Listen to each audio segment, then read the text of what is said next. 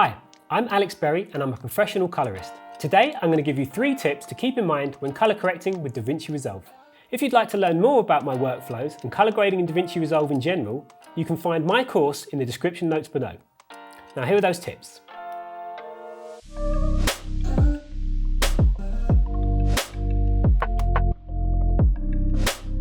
So I've done my basic grade and my secondaries, but I think her skin's looking a bit washed out. My first instinct might be to just increase saturation overall. And it's certainly made her more saturated, but I've also increased a lot of noise on the outside. What if there's another way that you can make it look richer? Instead of saturation, I'm going to bring down my levels or my luminance or brightness. Using the waveform monitor to judge how far to go. And without saturating, I've made the skin look a lot richer and give the picture a lot more depth. So don't always use saturation when sometimes it might be the level you need to change. For my next tip, we're going to use the vectorscope. This line here represents her coat.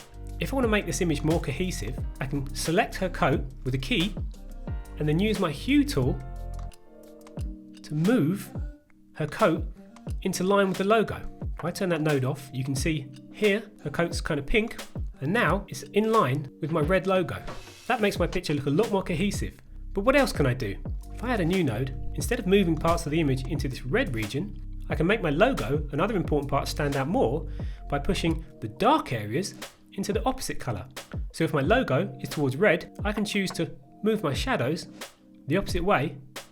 I might choose to take some red out of the dark part of the image, and you can see by adding the opposite colour, it makes my logo and coat stand out more. So you can use this colour depth or colour contrast to make your grades richer, deeper and more powerful. For my next tip, we'll be using the parade.